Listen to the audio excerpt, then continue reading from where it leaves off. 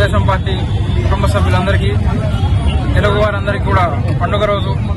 తెలుగువారి ఆత్మగౌరవాన్ని గెలిపిస్తూ పుట్టిన పార్టీ తెలుగుదేశం పార్టీ. అన్నగారు స్వర్గీయ నందమూరి తారక రామారావు గారు ఏ ఆశయంతో అయితే ఈ పార్టీని ఆనాడు స్థాపించారో ఈ రోజుకి 44 వసంతాలు పూర్తి కావడం, ఆ పరంపర అలాగే కొనసాగుతూ ప్రజల్లో నేటికి తెలుగుదేశం అంటే అదే గౌరవం, అదే అభిమానం ఉండడం, ఆ పరంపరని నారా చంద్రబాబు నాయుడు గారు ముఖ్యమంత్రి వర్యులు కొనసాగిస్తూ అభివృద్ధి పథంలో ఇన్నాళ్లుగా రాష్ట్రాన్ని నడిపిస్తూ వచ్చారు. ఇక ముందు శ్రీ నారా లోకేష్ గారు కూడా ఆయన ఆశయాలు కొనసాగిస్తూ అలాగే ముందుకు కార్యక్రమాలన్నీ సాగిస్తారు. అభివృద్ధి పథకాలని, రాష్ట్రాన్ని, యువతని అభివృద్ధి పథంలో నడిపిస్తారు.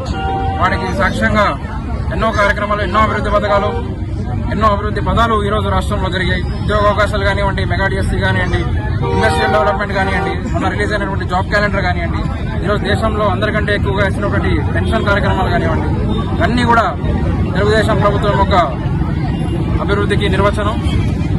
అలాగే గత 40 సంవత్సరాల్లో 38 సంవత్సరాలుగా తెలుగుదేశం పార్టీని నమ్మిన వ్యక్తి కోసం, ప్రజలకు, తోటి వారి కోసం బతికిన వ్యక్తి నాన్నగారు చమన్ సాబ్ గారు.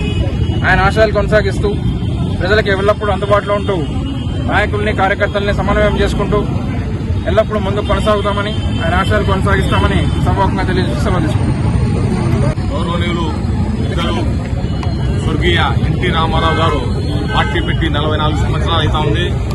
అదే బాటలో నారా చంద్రబాబు నాయుడు గారు కూడా పార్టీని మోసుకుంటూ ఈ రోజు అధికారంలో తీసుకుని వచ్చిన ఘనత నారా చంద్రబాబు నాయుడు గారిది. యువగలం పాదయాత్ర చేసి నారా లోకేష్ బాబు గారు యువగలం పాదయాత్రతో ఈ రోజు 2024లో అధికారం తెచ్చి పార్టీని బీసీ, ఎస్టీ, బీసీ మైనార్టీని ఈ రోజు పెద్దపీట వేసిన ఘనత ఎన్టీఆర్ గతంలోని కూడా నేను తెలియజేసుకుంటాను.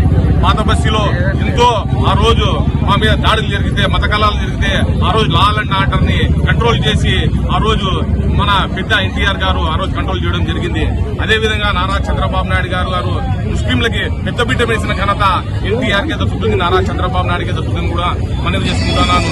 ఢిల్లీలో తెలుగు జాతిని చాటని చెప్పిన ఘనత ఎన్టీఆర్ కి దక్కుతుంది కూడా ఈ సందర్భంగా నేను తెలియజేసుకుంటూ జై తెలుగుదేశం.